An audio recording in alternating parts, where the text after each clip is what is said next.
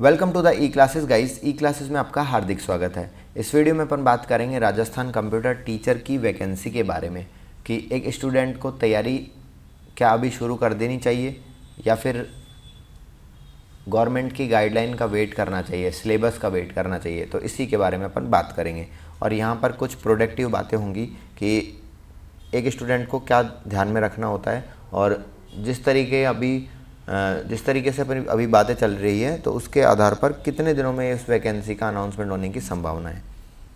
तो पहले इसी टॉपिक को अपन ले लेते हैं कि कितने दिन में वैकेंसी का अनाउंसमेंट हो सकता है। अब बात करें, क्योंकि देखिए 28 दिन के अंदर गवर्नमेंट से जवाब मांगा है कि आपने क्या प्रोसेस इनिशिएट किया है, ठीक है। तो उसका जवाब आने के लिए लगभग आप 1 महीना मानिए, ठीक है। तो उसके बाद में 2 से 3 महीने, 2 महीने के अंदर और 3 महीने मैक्सिमम, 2 से 3 महीने के अंदर अपना इसका नोटिफिकेशन जो है वो आने की संभावना है, ठीक है। अब देखिए नोटिफिकेशन आ जाएगा, बट उसके अंदर नोटिफिकेशन में जो भी सिलेबस रहता है, कुछ भी रहता है, उसके अंदर कुछ जो टॉपिक्स हैं सब्जेक्ट्स के वो फिक्स रहेंगे जिनको अपन को अभी से स्टडी कर देनी चाहिए। उनके बारे में बात कर लेते हैं। तो पहला है DBMS, database management system.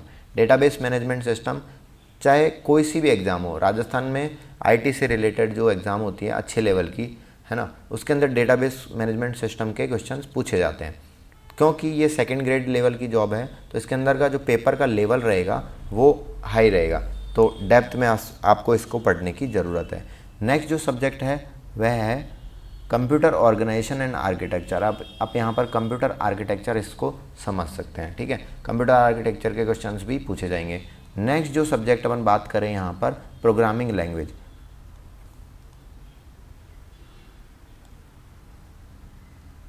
Programming language इसमें जो फोकस रहेगा वो अपने ऑब्जेक्ट ओरिएंटेड प्रोग्रामिंग पर रहेगा। जैसे आप C++, जावा पढ़ सकते हैं इसके लिए। 4th जो सब्जेक्ट आने वाली है वो है नेटवर्किंग। इसको अपन डेटा कम्युनिकेशन एंड नेटवर्किंग, है ना।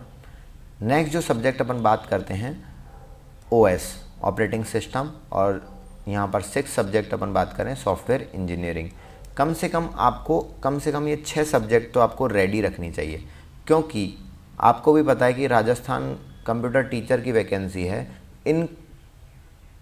इन सब्जेक्ट्स तो आपकी सेम रहेगी, बस वेटेज रहेगा कि किसके कितने क्वेश्चंस पूछे जाएंगे या कुछ और सब्जेक्ट्स भी ऐड होंगे। तो अपन माने तो 9 से अपन 10 या 11 सब्जेक्ट यहाँ पर पूछे जाएंगे आपसे, ठीक है। बट अभी अपन को कम से कम अपन 6-7 सब्जेक्ट अपन अगर पूरी कर लेते हैं, आपको मेहनत करनी होगी बाकी के 4-5 सब्जेक्ट्स पे, ठीक है।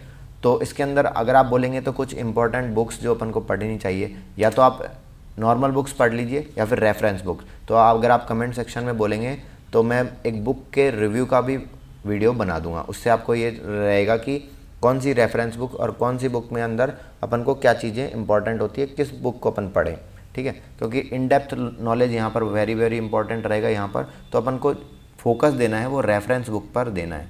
आप जिसके बेसिक्स क्लियर नहीं है वो नॉर्मल बुक्स देख सकते हैं, बट आपको एक अच्छी रैंक लाने के लिए अच्छे नंबर लाना ज़रूरी होता है। देखिए इसके लिए मैं क्या कह रहा हूँ, पहली बात तो ये पोस्ट है अपनी, यहाँ 14,600 पोस्ट मान लीजिए।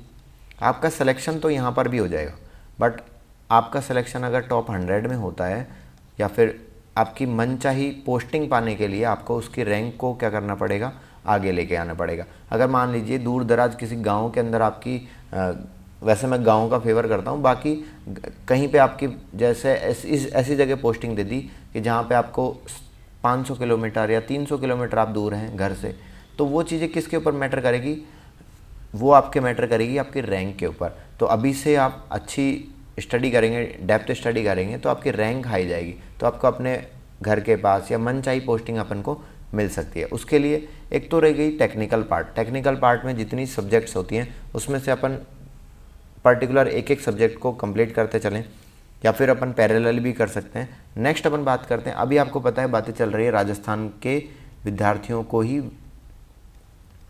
वेटेज देने की, ठीक है। तो इसके लिए राजस्थान की जीके जो होती है वो इम्पॉर्टेंट रहती है, तो आपको पैरेलली राजस्थान की जीके का पार्ट भी आपको पढ़ना चाहिए। राजस्थान की जीके के लिए आप पहली बात तो RBSC की बुक ले सकते हैं, राजस्थान बोर्ड की।